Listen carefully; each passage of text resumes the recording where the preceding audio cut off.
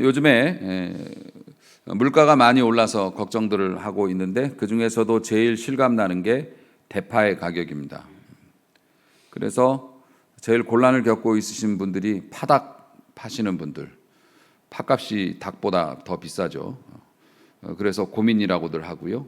슈퍼에 가서 보면은 파는 있는데 사람들이 하도 만졌다가 놓는 바람에 물러지기만 하지 팔리지는 않고, 만져다가 가격을 보고 내려놓는 바람에 사실 어제도 저희도 그랬습니다만, 그래서 저희도 파 하나 분양 받았습니다. 그래서 집에 화분에 키우고 일주일에 한 조각씩 잘라 먹고 그러고 살고 있는데, 이전에는 전혀 생각하지 못했던 그런 일들을 요즘 많이 겪고 있는 것 같아요. 또 코로나 때문에 지금 큰 소리도 못 내지만은 양계하시는 분들, 또 돼지 이러 기르시는 분들, 또 돌림병 때문에도 고통이 많으시고 이래저래 참 힘든 시절을 보내고 있습니다. 하지만 그럼에도 불구하고 삶은 이어져야 하고, 또 하나님께서 그 어려움 속에서도 우리에게 뜻하시는 바가 있으실 거라고 믿기 때문에 우리는 그저 하나님의 말씀을 매일매일 묵상하고 그 말씀이 뜻하시는 대로 한 걸음 한 걸음 걷다 보면 평지가 나오고 양지가 나오고 초장이 나오게 될 줄로 믿습니다. 오늘은 용서에 관한 말씀입니다. 용서를 알거나 용서를 배우지 못해서 용서를 하지 못하고 살아가는 사람은 가시밭길을 맨발로 걷는 사람과 같다고 합니다. 그렇기 때문에 가시밭을 맨발로 걷는다면 얼마나 발이 아프겠어요. 그렇기 때문에 어느 누구가 아닌 나 자신을 위해서 사실 용서는 필요한 것이고, 용서도 하는 기술이 있어요. 그런 것들을 좀 배워서 용서를 할 줄 아는 사람으로 살아가야 돼요. 왜냐하면 인생은 어차피 지금은 아니어도 언젠가는 가시밭길을 걷는 날이 누구에게나 오기 때문에 그렇습니다. 우리의 주인공 다윗은 오늘 그 용서의 모습 중에서 특이한 용서의 모습을 보여주고 있어요. 그래서 다윗의 모습 속에서 용서에 관한 이야기를 좀 오늘 여러분과 나눠보려고 합니다. 우리가 지난주까지 살펴봤듯이 다윗이 지금 인생의 밑바닥을 걷고 있습니다. 그래서 굉장히 고통스러운 상황이었죠. 다윗은 이에 관해서 시편 40편에 이렇게 표현했습니다. 기가 막힐 웅덩이와 수렁 속에 자기가 빠져 있다. 멸망의 웅덩이, 멸망의 수렁, 그 속에 빠져 있다. 옛날 여러분들 타잔 영화 보면 항상 타잔 영화에는 꼭 그게 나왔는데 요즘엔 전혀 안 나오더라고요. 밀림이나 어디 걷다 보면은 이렇게 수렁이 있죠. 푹 빠지면은 막 헤어나오지 못하고 점점 몸부림칠수록 빨려 들어가고, 그 주인공은 꼭 누가 와서 던져줘 갖고 살고, 아닌 사람은 그냥 들어가고 이런 수렁이 있는데, 그게 딱 맞는 얘기입니다. 기가 막힐 웅덩이와 수렁이라는 건 내가 빠졌는데 빠져나가기 위해서 이런저런 방법을 썼는데 오히려 그것 때문에 더 빠지는 거, 그러니까 기가 막히죠. 그런 것들을 인생에서 만났다는 겁니다, 다윗이. 그리고 우리도 다윗만큼 그렇게 드라마틱하진 않겠지만 살다 보면 그런 일을 겪죠, 사람이라고 한다면. 그래서 그런 상황을 보면서 우리는 절망합니다. 너무 힘드니까 고통스러워서 절망하죠. 그리고 나서 왜 내게 이런 일이 생겼을까 고민을 하다가 결론을 뭘로 짓냐면, 내가 뭘 잘못했나 보다, 내가 바보 같아서 그래, 하나님이 나를 미워하셨나 보다, 이러면서 죄책감을 가져요. 그렇지 않고는 설명이 안 되니까 하나님이 나를 싫어하시나 보다, 세상과 운명이 나를 버렸나 보다, 그러면서 처음에는 절망하다가 나중에는 자책감, 죄책감을 갖고, 그리고는 어떻게 됩니까? 자기를 비하하는 생각으로 그 수렁에 빠지게 돼요. 그래서 나는 아무것도 아니야, 나는 필요도 없어, 나는 세상에 없어야 될 사람이야, 이런 것들에 사로잡히면 이제는 스스로의 힘으로 헤어나오기가 어렵고 이게 오래되면 어떻게 됩니까? 사고를 치게 되죠. 그래서 이게 우리가 고통 가운데에서 은혜 생활하는 사람들은 그런 면에서는 참 유익이 있습니다만은 어쨌든 이 기가 막힐 웅덩이와 수렁이 우리 인생에 몇 번쯤은 다가온다 이것입니다. 그럴 때 단 몇 사람이라도 진심을 알아주고 옆에서 격려해 주는 사람이 있으면 얼마나 좋을까. 그런데 참 세상이 야속한 것이 우리가 그런 기가 막힐 웅덩이와 수렁에서 허우적대고 있으면은 물론 잡아주는 사람도 있지만 그 틈을 타서 더 밀어넣는 사람도 반드시 존재해요. 요즘 아이들은 똥파리라고 그러면 모를걸요? 똥파리? 요즘에는 그런 환경이 아니잖아요. 옛날 시골에는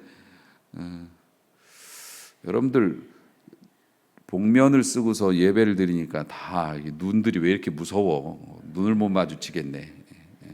좀 웃으세요. 뭐 좋은 일은 없지만 그래도 똥파리를 요즘에는 보기 어렵죠. 그런 환경이 없으니까 거의. 옛날에는 뭐 똥파리는 나의 친구였고 장난감이었고 그랬는데 그게 이제 그 앉는 위치 때문에 똥파리라는 이름이 붙었는데 이게 까맣게 전도사님 똥파리 좀 보셨나 봐요. 크 앉아 있잖아요. 근데 확 쫓으면은 휙 하고 날아갔다가 어떻게 해요? 좀 있으면 다시 꼬여.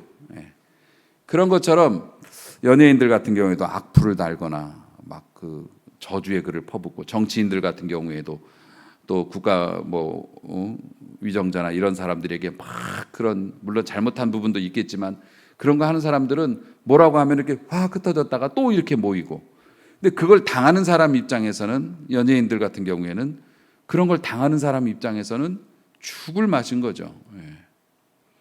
그러니까 우리 인생에서 우리가 고통스러울 때 우리를 도와주는 사람도 있지만 고통스러울 때 오히려 우리에게 더 달라붙어 가지고서 어디 떠나지도 않고 맴돌면서 우리를 괴롭히는 사람들이 있단 말입니다. 그 말로 그걸 괴롭히는 사람들이 있다는 거예요. 다윗도 여지없이 어려울 때 뒤통수를 치는 사람을 만나게 됩니다. 오늘의 경우에는 시므이라고 하는 사람입니다. 사무엘하 16장 5절부터 우리가 말씀 읽었는데 이 시므이라고 하는 사람은 간단하게 말하면은 야당 사람이에요. 야당과 여당이 있잖아요. 처음에는 뭡니까? 사울 쪽의 그 가문에서 왕권을 잡았죠. 그러면 다윗 쪽은 그 유다 지파의 사람인데 어쨌든 다윗 쪽은 그때는 야당이었죠. 사울이 여당이었고 베냐민 지파가 여당이었고 그런데 이게 정권이 이제 바뀐 거지 않습니까? 뒤집어졌잖아요. 어쨌든 간에 뭐 다윗이 죽인 거는 아니지만 사울도 자살하고 그 아들도 다 자살하고 이렇게 죽고 이렇게 돼가지고 정권이 교체가 됐잖아요. 야당과 여당이 바뀐 거죠. 그런데 이 시므이라고 하는 사람이 전에 사울 가문 사람, 베냐민 지파 사람이란 말이에요.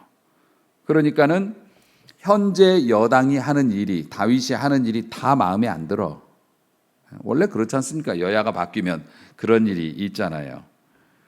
그래서 다윗이 어려움을 겪고 인생의 밑바닥에 있을 때 다윗이 힘이 있을 때는 아무 소리 안 하고 그냥 살다가 다윗이 어려워지니까 그때 고개를 내밀고 악담을 퍼붓기 시작합니다. 다윗이 예루살렘 성을 빠져나와서 감람산 그 언덕을 넘어가고 있을 때 도망간 지 얼마 안 됐을 때죠.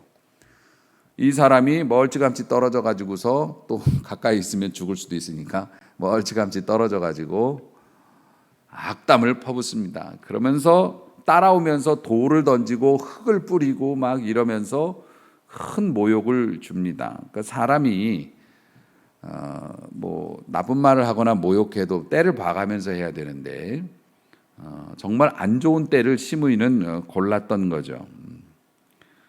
이 사람이 했던 말이 뭐냐면 여기서 꺼져라 올라가라라고 하는 것은 자기네들은 하나님의 언약궤가 있는 예루살렘 성에서 멀어지는 것을 저주로 봐요. 이 사람들은. 그러니까는 올라가라 올라가라는 건 너는 여기에서 더 멀리 가라 멀리 가라라는 뜻이에요. 그 얘기는 뭡니까? 하나님에게서도 멀어져서 저주받고 죽어라 이런 뜻이라서 굉장히 모욕이거든요. 너는 꺼져라 이런 뜻이에요. 이 거룩한 성에서 너는 꺼져라, 사라져라 이런 뜻이라고요. 그러면서 이 사람이 했던 이야기를 우리가 쓰는 말로 바꿔보면은 요지가 이거예요. 네가 사울 왕과 그 가족을 살해한 그 핏값에 대해서 여호와께서 너에게 갚으셨다. 이거 거짓말이거든요. 거짓 뉴스예요. 다윗은 사울 왕의 식구들이 죽은 거는 맞지만 다윗이 죽인 것도 아니고 다윗 때문에 죽은 것도 아니고 자기들이 전쟁하다 죽었어요. 다윗이 사울의 식구들을 학살한 적이 없습니다. 그런데 자기네들은 다윗이 우리 가문의 사람 다윗 때문에 죽었다라고 그렇게 거짓말로 얘기하는 거고요. 또 하나 네가 왕위를 찬탈했다라고 얘기했어요. 그런데 그것도 거짓말이죠. 찬탈한 게 아니에요. 그래서 여호와께서 그 왕의 자리를 이제 네 아들 압살롬에게 주었다. 이것도 거짓말이에요. 압살롬이 아버지한테 반역해서 훔치려고 한 거지 하나님이 압살롬을 인정한 바가 없거든요. 그러니까 거짓 뉴스를 한 거예요. 자기 유리하게 그냥 말을 한 겁니다. 그러니까 사람이 참다 못 참는 경우가 뭐냐면 상대방이 거짓말로 나의 명예를 그렇게 그것도 많은 사람들 보는 앞에서 그런 식으로 깎아내리면 참기 어렵죠. 그런 인신공격을 당할 이유가 없었음에도 불구하고 그렇게 인신공격을 했습니다. 그때 수르야의 아들 아비새라고 하는 사람이 장군이죠. 아주 싸움을 잘하는 용맹한 장군입니다. 그 사람이 아비새가 누구냐면은 스루야의 아들이니까는요. 스루야가 엄마예요. 그리고 그 아들이 둘이 있는데 요압과 아비새예요. 요압은 국방부 장관입니다. 다윗의 국방부 장관이고 아주 백전노장이고 나중에 그 모든 전쟁을 정복하고 다윗의 곁에 서서 큰 힘이 되어줬던 칼 빼는 사람입니다. 형제가 아주 성질이 불같아요. 그래서 아비새 요압 장군의 동생이 다윗에게 그런 얘기를 합니다. 저 죽은 개와 같은 굉장히 모욕하는 얘기죠. 개도 모욕인데 개 그나마도 죽었어. 그러니까 죽은 개와 같은 저 아무것도 아닌 게 저게 어디 감히 임금님한테 거짓말로 저 욕을 하고 사람들 앞에서 저 돌 던지고 저 가뜩이나 지금 심사도 안 좋은데 말씀하시면 내 쫓아가가지고 당장 저 목 잘라오겠습니다. 허락만 해주시면은 그건 당연한 얘기죠. 자기의 주군이 그렇게 모욕을 당하고 가뜩이나 지금 쫓겨 도망가고 있는 상황에서 진짜 피레미 같이 생긴 쌈도 하나도 못하게 생긴 게 저 멀리서 소리 지르고 흙 뿌리고 심지어는 산등성이를 따라서 따라오면서 욕을 했대잖아요. 한 번 하고 만 것도 아니고.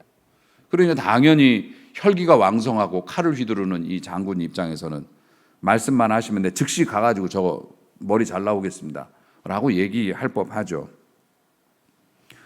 다윗은 선택의 기로에 놓여 있어요. 마음도 심란한데 진짜 사람 같지도 않은 게 거짓말로 나를 여러 사람들 앞에서 2번 망신을 주고 3번 망신을 주고 그것도 한 번 하고 갔으면 괜찮은데 따라오면서 계속 돌을 던지고 저거를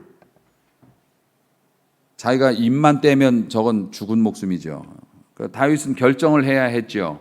저걸 놔둘 건가 아니면 가서 없애버릴 건가. 다윗이 대답을 합니다. 10절에 보면 스루야의 아들들아. 스루야가 엄마 정정합니다. 스루야가 엄마고요. 스루야의 아들들이라는 게 요압 장군하고 아비새 장군이에요. 그러니까 이제 요압 장군도 들썩들썩한 거죠. 말씀만 하시면 내가 가서 사람 같지도 않은 거를. 스루야의 아들들아 너희와 무슨 상관이 있느냐. 성경에서 무슨 상관이 있느냐라고 하는 건 나는 너희하고 생각이 다르다라는 뜻입니다. 나는 너희 생각과는 다르다. 그러면서 그가 저주하는 것은 하나님이 그에게 시킨 것일지도 모르겠다. 하나님이 그에게 시킨 것이면 어떡하겠느냐. 내가 욕먹을 짓을 한 거는 맞지 않냐. 네가 어찌 그리하였느냐 할 자가 누구겠느냐. 하나님이 만약에 시켰다면 저 시므이한테 너 왜 그랬어? 라고 누가 말을 하겠냐. 그가 그렇게 말을 해요.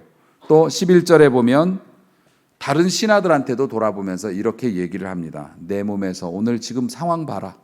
내 몸에서 난 내 아들도 나를 죽이려고 저렇게 날뛰는데 하물며 저 야당 사람, 저 사람이 저런 말 하는 거 이해 못할 바도 아니다.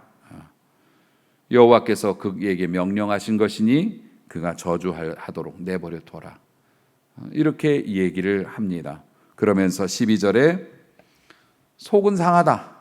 여호와께서 나의 원통함을 감찰 헤아려 보시고 혹시라도 아느냐 오늘 그 저주 때문에 여호와께서 선으로 내게 갚아주실지. 그 얘기는 뭐냐면 저 사람이 너무 일방적으로 나에게 억울하게 누명 씌우고 그렇게 모욕 주는 거 이거 내가 오늘 참으면 내가 오늘 이 참은 것 때문에 하나님께 은혜를 입을지 누가 아느냐. 그러니까 믿는 사람들은 상황이 열악하면 열악할수록 뭡니까? 그 속에서도 축복의 안전핀을 잡아 다닐 수 있는 지혜가 있어야 돼요. 상황에 맞추어서 그대로 행동하면 하나님이 그렇게 하실 거예요. 복수하면 그래 그럴만하다. 근데 거기서 참았으면 더 좋았을 것을 이렇게 얘기하시겠죠. 다윗이 기가 막힌 사람이에요. 혹시 아냐? 내가 이렇게 완벽한 상황에서 내가 하나님을 의지해서 참으면 하나님이 그 참는 것 때문에 나를 혹시 이뻐라 해주실지. 여러분에게도 그런 은혜의 밭이 있기를 주의 이름으로 축원합니다.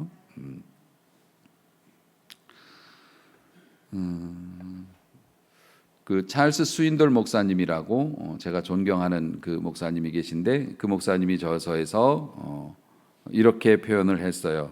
부드러운 마음과 두꺼운 피부. 이렇게 하나님 앞에서의 마음은 엄청나게 부드럽고 민감했어요. 아주 예민하게 하나님을 인지하고 반응하고 하나님의 뜻이 뭔지를 캐치해요. 그리고 두꺼운 피부. 세상 사람들이 쓸고 지나가던 밀고 지나가던 찌르고 지나가던 이 살갗이 두꺼워요. 요거 이제 은혜 입은 사람이나 가능한 얘기죠. 은혜 입은 사람들만 가능한 거예요. 그러니까 은혜에 입은 사람들의 장점이라는 게 뭐냐면 맞으면 똑같이 아파. 맞으면 똑같이 아픈데 멍이 들질 않아요. 멍이 들면 우리가 멍을 보지 않습니까? 보면 그때 또 생각나고 만지면 아프고. 근데 하나님이 은혜로 소통을 활발하게 내 마음을 이렇게 시켜주시면 똑같이 화도 나고 억울하기도 하고 그런데 지나면 뒤끝이 별로 없어요. 그냥 먹고 웃고 이렇게 즐기고 있는 나를 발견하면서 내가 놀래. 아니 난 이런 상황에서 왜 이렇게 편안한 거지? 은혜 때문에 그래요. 인간의 말로는 위로가 안 되는 상황들이 있어요. 그러나 하나님이 은혜 주시면 이게 녹아집니다. 성도가 그래서 은혜 가운데 거해야 되는 거고 은혜 받기 위해서 애를 써야 하는 일이죠. 다윗이 그랬다는 겁니다. 부드러운 마음과 두꺼운 피부. 시므이 같은 사람들은 우리 인생에서 너무 많아요. 그래서 아픔은 다른 사람들과 나누면 약점이 되고 그렇잖아요. 다른 사람에게 나누면 약점이 된다고요.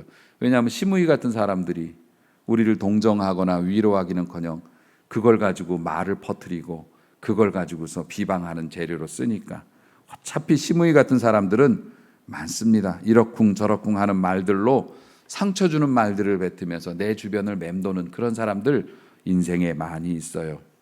하나님께 쓰임 받기 원한다면 그런 것들로부터 무감각해질 수 있는 그런 마음을 가질 필요가 있는데 이게 연습한다고 되는 것도 아니고 딱 하나 은혜 받아야 됩니다. 은혜 받는 길이라는 게 어디 기도원 가서 이런 것도 중요하지만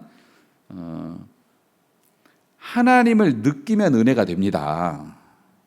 지식으로 배워서 뭘 깨우쳐서 은혜가 아니고 사람은 아기가 뭘 배워서 평안한 게 아니에요. 이게 엄마 품이구나. 엄마의 심장 소리구나. 엄마가 나를 안아주는구나라고 느끼는 순간 평안이 오는 것처럼 우리가 말씀을 통해서든지 찬양을 통해서든지 봉사를 통해서든지 헌금을 통해서든지 하나님이 살아계시는구나, 하나님이 나와 함께 하시는구나라는 걸 느끼는 순간에 이게 은혜가 되는 거예요.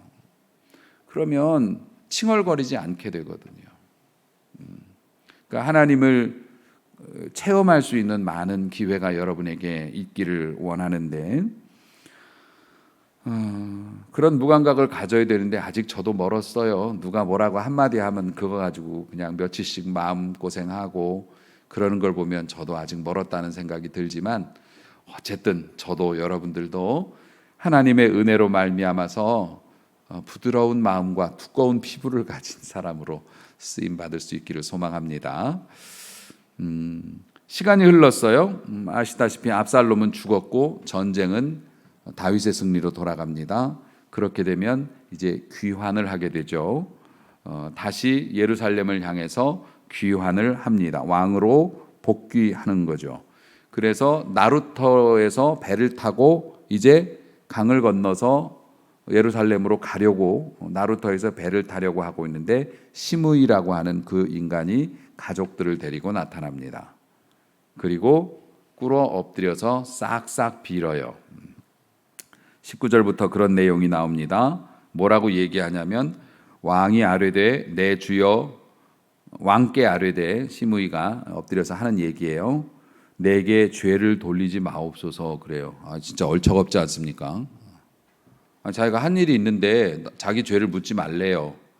저 뉴스 보다가 진짜 어이없는 사건이 하나 있었는데, 그게 뭐냐면, 물론 뭐 다 그런 건 아니겠지만 일본의 무슨 어떤 방송국에서 자기네들이 요즘에 뭐 주사기, 우리나라에서 개발한 백신을 여러 번 맞을 수 있는 정밀한 주사기를 우리나라에서 풍림 파마텍인가 하는 데에서 만들었다면서요. 그래가지고서 우리는 그거 잘 써서 백신 한 병 가지고 뭐 6번 7번으로 나눠서도 쓰는데, 일본은 그 주사기를 준비를 못했다면서, 그래가지고 자기네가 만들어도 이미 늦고, 그러니까 백신에 조금씩 남은 걸 다 버리면은 뭐 1,200만 명분을 버린대나 뭐. 그러니까 그 방송에서 뭐라 그러냐면, 한국은 우리한테 이런 때 주사기를 그냥 줘야 된다 그랬어요. 이유가 뭐냐면, 한국이 옛날에 미개 할 때 자기네들이 한국을 개화시켰고, 자기네들이 의료진들로 생체 실험했지 무슨 소리야. 우리나라에 병원 세워주고, 그래서 우리나라 의료 기술을 발전시켰으니까 이런 때 주사기 줘야 된다고. 이게 목회자가 들어도 진짜 이건 사람의 껍데기를 쓰고 어떻게 그런 상상을 할 수 있는지 모르겠어요. 자기들이 한 거를 생각 안 하고. 그러니까 시므이가 딱 그거예요. 저에게 죄를 돌리지 마옵소서. 내 주 왕께서 예루살렘에서 나오시던 날에 종이 패역한 일을 했던 거, 못된 행동을 했던 거 기억하지 마옵소서. 아니 지가 뭔데 다윗한테 하라 마라예요. 내 죄를 용서하옵소서. 내 허물을 기억하지 마옵소서. 마음에 두지 마옵소서. 이런. 근데 우리 기도할 때도 그런다. 하나님께 우리 죄를 기억하지 마옵소서. 아니 우리가 뭔데 기억하지 마라, 뭐 기억하라, 우리가 뭔데 그런 걸 요청합니까? 20절 보면, 왕의 종 내가 범죄한 줄을 아옵기에 내가 제일 먼저 내려와서 왕을 영접합니다. 이렇게 엎드려서 간청을 합니다. 여러분이 그날 다윗이었으면 어떤 표정이었을까요? 어떤 결정을 내리시겠어요? 이놈의 새끼 아주 그냥. 제가 다윗이었으면은 가뜩이나 기분 좋게 나루터에서 이제 배 타고 건너가서 촥 이제 가려고 그러는데 재수없게 저게 또 나타났어. 금방 잊어버리느라고 힘들었는데 이게 또 나타나가지고, 저 같으면은 어이없다는 표정을 짓고 그냥 지나갈 것 같아요. 어이없다는 표정을 짓고. 저는 착한 사람이니까 뭐 저놈 잡아라, 뭐 갖다 물에 빠뜨려라, 뭐 저는 그렇게는 안 하고, 뭐 그때도 참았는데 뭐 좋은 날 피 볼 필요 뭐가 있어요. 진짜 어이없는 놈 아니야? 그러면서 대꾸도 안 하고 저 같으면 지나갔을 건데, 세상에서 제일 멋진 묘비명을 가졌다고 알려진 버나드 쇼라고 하는 극작가가 있습니다. 이 사람 노벨상까지 받은 사람인데, 그 사람 묘비명이 우물쭈물하다가 내 이렇게 될 줄 알았다 그거잖아요. 묘비명이. 내 이렇게 될 줄 알았다. 그런데 이 사람이 이런 말을 남겼습니다. 우리의 동료 인간, 내 옆에 있는 다른 사람들에게 우리가 행하는 가장 큰 범죄는 그를 미워하는 게 아니라 무관심한 것이다. 다른 사람, 내 가까운 사람들에게 하는 가장 큰 죄는 그를 미워해서 해코지 하는 것보다는 그에게 무관심하게 대하는 것. 이것이 인간에 대한 잔악행위의 본질이다. 무관심이라는 게. 제가 그 다큐 하나를 보면서 굉장한 충격을 받았던 걸 수요 예배 때도 공유를 했는데, 가나라고 하는 그 나라에 보면은 케이프 코스트라고 하는 성이 하나가 있습니다. 그 다큐에 보니까 그렇게 돼 있더라고요. 처음에는 사탕수수 개발을 위해서 서양인들이 거기에 가가지고서 이제 자기네들이 머물 곳이 필요하니까 요새를 지은 거예요. 요새를 지어서 바닷가에다가 요새를 지어서 거기에 머물면서 사탕수수 뭐 이런 것들을 했는데, 나중에 이게 노예 사냥을 하게 됐단 말입니다.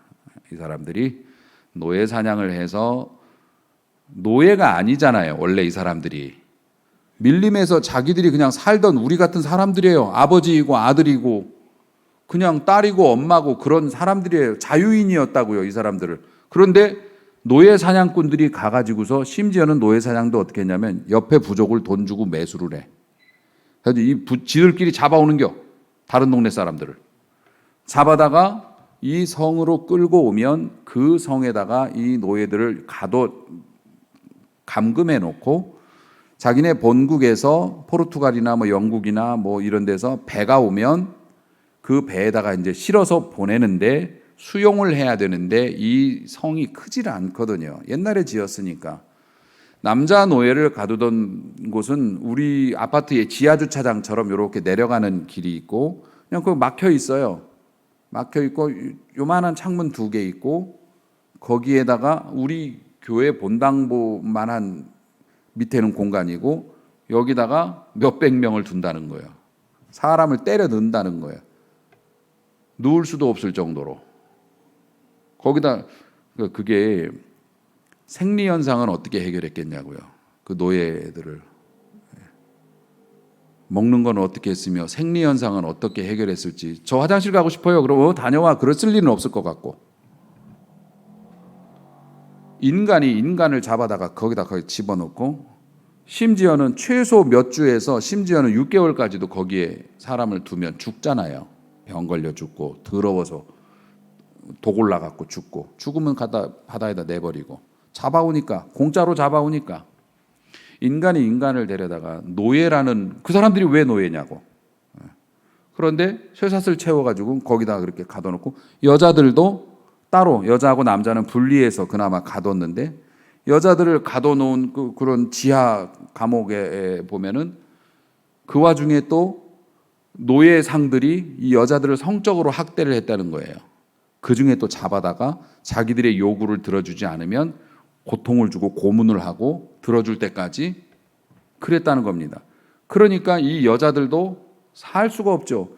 그런데 놀라운 것은 그 여자들을 가둬놓은 그 지하 감옥 그 위에 교회가 있었단 말이에요. 교회가 있었다고. 서양 사람들이 기독교인들이니까 이 사람들이 예배드릴 공간을, 여자 노예들을 가둬놓은 그 바로 위에 층을 교회로 썼단 말이에요. 주일날 들려오는 찬송 소리를 들으면서 그 밑에 갇힌 사람들이 무슨 생각을 했겠으며, 버락 오바마 대통령이 퇴임하고서 거기를 노예의 뿌리를 찾아서 이렇게 왔다가 그거 보고 진짜 대충격을 받고 돌아갔다고 하는데, 그게 인간의 허상이고 인간이 그렇게 잔혹한 겁니다. 거기서 예배를 드리면서도 은혜를 받았다고 할 거 아닙니까? 그러니까 인간이 내가 선하다, 내가 착하다, 뭐 난 좋은 사람이다라고 하는 게 얼마나 허망한 일인지 몰라요. 우리 기준에서 서로 괜찮다고 얘기하지, 하나님의 엄하신 사랑과 율법의 기준에 따지면 구제받을 수 있는 인간은 아무도 없어요. 예수님 아니면. 인간이 그렇다는 겁니다. 그러니까 이게 뭡니까? 버나드 쇼가 말했던 것처럼 인간이 인간에게 행하는 가장 잔악한 일은 그를 미워하는 것보다는 무관심이라고. 거기에서 예배를 드리면서도 그들이 하나님의 말씀을 듣고 아멘 아멘 했을 거 아닙니까? 찬송을 부르고 막 그랬을 거 아니에요, 자기들끼리. 그러면서도 밑에 있는 인간들에 대한 관심이 없었다는 거 아닙니까? 그게 죄라는 거죠. 그러니까는 평범하고 착한 사람들의 소름 끼치는 침묵. 예. 좋은 분들이에요. 그런데 본인들이 나서야 하거나 본인들의 힘이 필요할 때 미소 지으며 침묵해요. 그것 때문에 얼마나 많은 선한 사역들과 선한 공동체들이 사라져갔는지 몰라요. 그러니까 결국에는 무관심은 통제된 분노라고 그래요. 그러면서 지나가는 게 그게 화를 안 낸 게 아니라는 거죠. 우아하게 포장된 분노인 거죠. 멸시하는 거죠. 사실 압살롬이 아버지의 그 멸시 때문에 반란을 일으킨 것도 커요. 성경을 면밀하게 보면 압살롬이 자기 여동생이 성범죄를 당한 것 때문에 속상해서 이복 형을 죽였지 않습니까? 정권 찬탈에 그것도 있었지만 이복 형을 죽이고 도망을 갔고, 다윗이 도망을 갔을 때에도 무관심했어요. 잡으러 가지도 않고 오라 하지도 않고 3년 만에 그를 다시 요압 장군이 어떻게 해서 데리고 왔는데 그리고는 얼굴도 안 봤어요. 그러니까 부글부글 끓어오른 거죠. 무슨 아버지가 저러냐.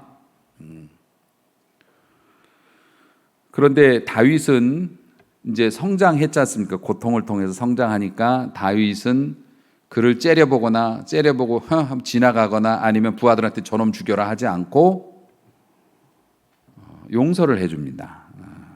내가 너를 죽이지 않으리라. 하나님의 이름으로 맹세를 해요. 어떻게 용서를 할 수가 있을까? 이런 비열한 놈을. 당연히 하나님 때문에 용서했죠, 다윗이. 여러분 꼭 기억하십시오. 여러분이 어떤 기분 상하는 일이라도 하나님께 넘겨드리기만 하면 용서할 힘을 얻게 될 줄로 믿습니다. 넘겨드린다는 게 딴 게 아니에요. 하나님의 뜻대로 하나님의 방식대로 하겠습니다라고 내가 마음을 먹으면 돼요. 그게 넘겨드리는 거예요. 그럼 하나님이 즉시 힘을 주십니다. 아멘. 아멘.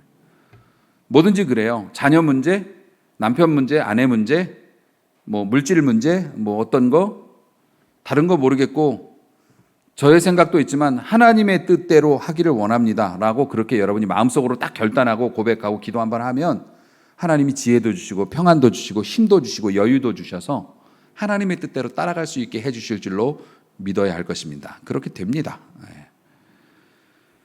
다윗이 이제 하나님께 그거를 맡긴 거죠. 그러니까 이제 마음에 좀 여유가 생겼던 것이고, 또 하나 다윗이 하나님과 이제 가까운 사이에 고난을 통해서 아주 굳은 살이 다 벗겨졌죠. 그러다 보니 자기가 실패했고 자기가 죄 지었을 때 하나님 앞에 하던 모습을 시므이를 통해서 본 거예요.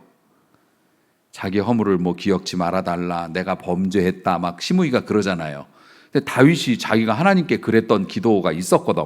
자기도 자기가 범죄했을 때 그 생각하니까 벌을 못 주는 거지. 그 얘기가 뭡니까? 나도 용서받은 사람인데 내가 누구를 정죄하겠는가. 큰 빚을 탕감받은 사람이 나에게 작은 빚을 진 사람을 봐주지 않는다면 말이 되겠는가. 이런 양심이 작동을 하니까 내가 하나님 앞에 헌금한다 생각하고 너를 죽이지 않으리라. 근데 다윗이 진짜 시므이를 용서했을까? 아니에요. 다윗은 시므이를 용서하지 않았어요.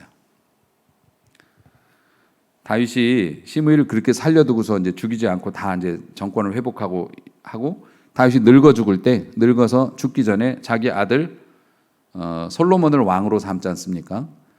솔로몬에게 유언을 하면서 맨 마지막 다윗이 인생에서 맨 마지막으로 남기고 딱 죽었는데 그 맨 마지막 유언이 이래요.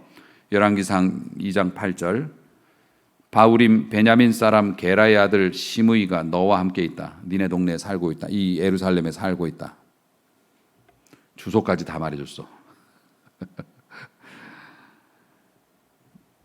베냐민 사람 게라의 아들 시므이가 바울임에 있는데 너와 함께 이 동네에 살고 있다. 그는 내가 마하나임으로 갈 때 피난 갈 때 악독한 말로 나를 저주했다.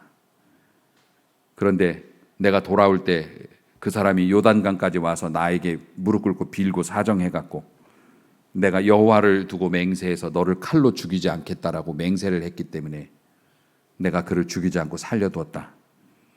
9절에 보면 그러나 그를 무죄한 자로 여기지 말아라. 아버지 원한 풀린 거 아니다. 너는 지혜 있는 사람이므로. 제일 무서운 말이죠. 너 머리 좋으니까 그에게 어떻게 행해야 될지를 알지니 그의 백발이 피 가운데 스올 지옥으로 내려가게 하라. 절대 좋게 죽게 해서는 안 된다. 지금 백발이면 늙었잖아요. 그 백발에 피를 묻힌 채 지옥으로 떨어지도록 죽이라라는 뜻이에요.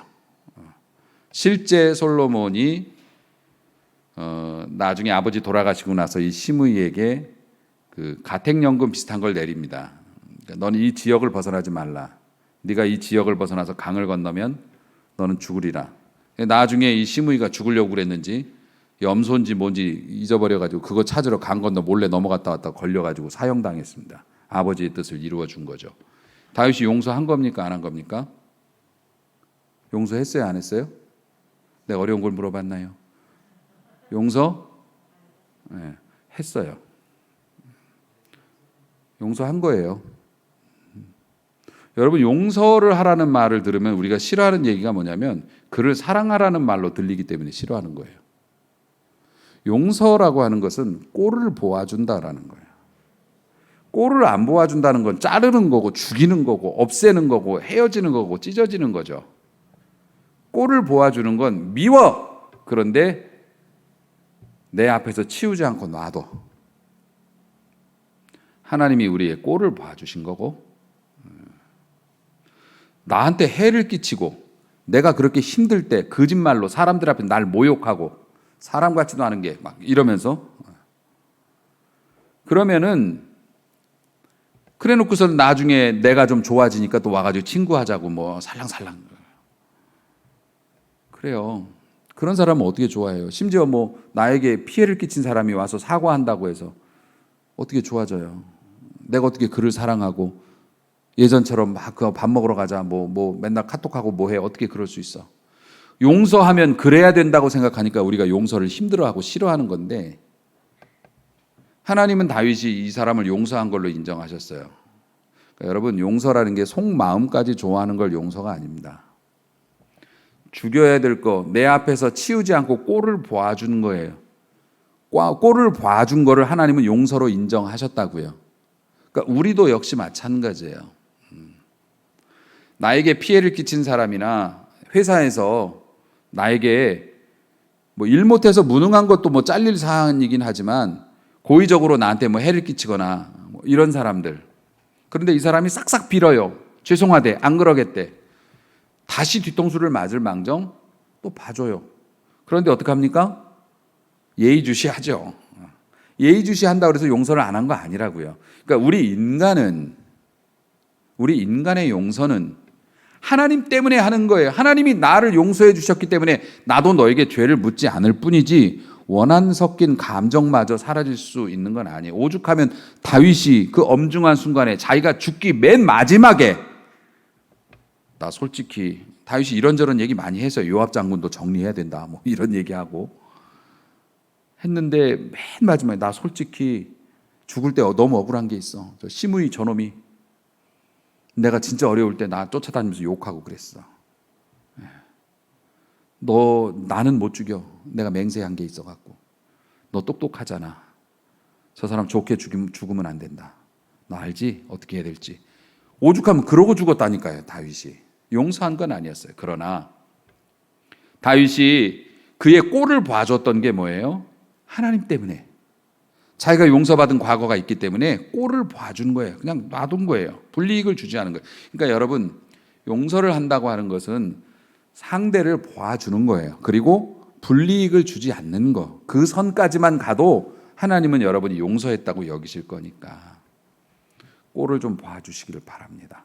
싹까지 잘라버리고 뿌리까지 뽑으려고 하지 마시고 그냥 좀 용서의 개념을 여러분들이 좀 바꾸어서 왜냐하면 앞서의 말씀대로 용서하지 못하면 용서하는 법을 못 배우면 가시밭길을 맨발로 걷는 거하고 똑같으니까 사는 게 아니에요. 내가 피해자인데도 용서를 못하면 그러니까 사랑하는 성도 여러분 온 마음이 변하는 게 아니라는 것 눈 감아주고 꼴 봐주는 것만으로 복수를 하지 않는 것만으로도 용서했다고 하나님은 받아주실 것이라는 것 그 후에 하나님이 하실 일이 있으니까 결국에는 뭐 하나님이 공의롭게 다 판단하고 처리를 하셨습니다마는 억울한 가시밭을 피해갈 수 없는 것이 인생이라고 한다면 맨발로 걷는 것만이라도 피할 수 있는 은혜와 지혜가 여러분에게 있기를 원하고, 하나님의 은혜로 두꺼운 신발을 신고 비록 가시밭길 같은 우리 인생이지만은 그 속에서도 평안을 누리며 걸어갈 수 있는